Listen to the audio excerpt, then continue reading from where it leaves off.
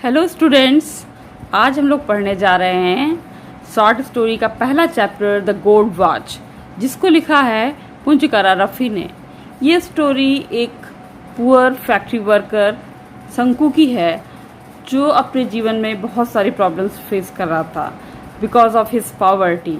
उसे सिर्फ ₹1 per day के हिसाब से पेमेंट होता था और उसकी फैमिली बड़ी थी, उसके बहुत सारे एक्सपेंडिचर्स थे, उसने बहुत सारा लोन ले रखा था। इस वजह से उसको रोज़ बहुत सारी प्रॉब्लम्स फेस करनी पड़ती हैं, तरह तरह के लोगों के ताने सुनने पड़ते हैं और बहुत सारे उसके डेब्ट्स हैं जिनको वो चुका नहीं पा रहा। So in this story we will find out how Shanku manages his problems, how he tries to solve his problem. हम लोग देखेंगे इस स्टोरी में कि शंकु कैसे अपनी समस्याओं का समाधान ढूंढता है और क्या वो सही समाधान होता है कि नहीं। चलिए हम लोग टेक्स्ट पढ़ते हैं। As on many previous nights, Sanku could not get any sleep that night. As on many previous nights, कि बहुत सारी पहले की रातों की तरह शंकु आज भी उस रात भी ठीक से सो नहीं पाया। He turned and tossed in his bed. अपने बिस्तर पर वो करवटें बदलता रहा, but it was of no use, लेकिन इसका कोई यूज़ नहीं था। The more he thought the worse he felt, जितना ज़्यादा वो सोचता उतना ही बुरा उसे महसूस होता। He close his eyes and lay on his torn mat in the darkness. उसने अपनी आंखें बंद की और अपनी फटी हुई जो मैट थी उस पर लेटा रहा इन द डार्कनेस, अंधेरे में ही। And it he could see it as clearly as during the day the deserted office room.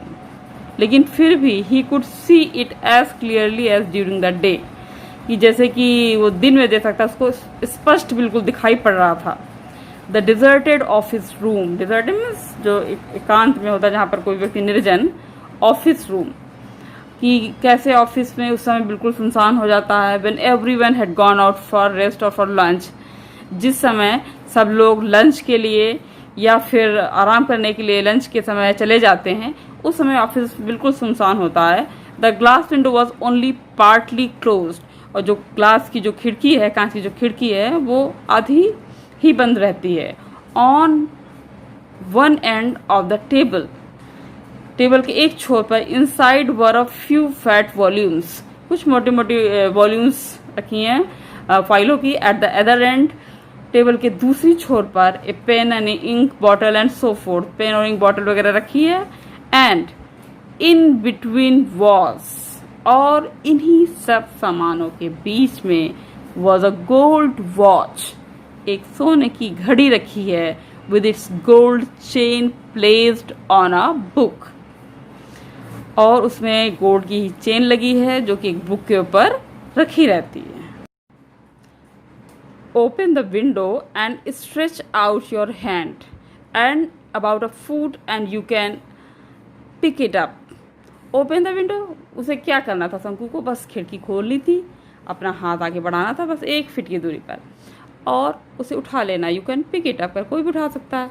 Everyone is out for lunch, उस समय सब लोग लंच के लिए बाहर होते हैं। नोबडी विल नो, किसी को पता नहीं चलेगा। शंकु रिमेंबर्ड हिज एफर्ट्स, ऐसा नहीं कि शंकु ने प्रयास नहीं किया था, शंकु अपने पहले के प्रयासों को याद करता है। हिज कवर्डिस, अपनी कायरता को भी। And his vacillation during the past few days, और अपनी वैसिलेशन ही हिचकिचाहट को during the past few days, कि कैसे पिछले दिनों में वो नहीं चुरा पाया था घड़ी। He had never seen anyone there at that time, उसने उस लंच के समय वहाँ पर कभी किसी को नहीं देखा। And it he had been afraid, फिर भी उसके मन में डर था, वो डरा हुआ था। He had trembled and felt breathless, वो कांपता रहता था और उसकी सांसें बेकाबू हो जाती थी, घबरा जाता था। That was why he had refrain from taking the watch every time, यही वजह थी कि हर बार वो घड़ी चुराने से मुकर जाता था, चुरा नहीं पाता था। It would not do to put it off any longer, लेकिन उसे लगा कि उसकी समस्याएं इतनी ज़्यादा हैं कि अब वो इस काम को स्थगित नहीं कर सकता। If he thought any further, अगर उसने इस बारे में और ज़्यादा सोचा, he would not be able to do anything, तो वो कुछ भी नहीं कर पाएगा।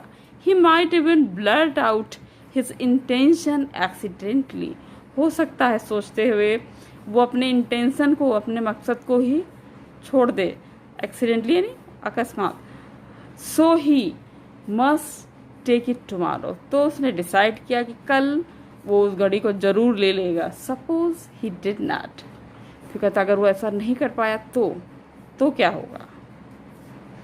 तो चलिए बच्चों, आज इतना ही पढ़ते हैं।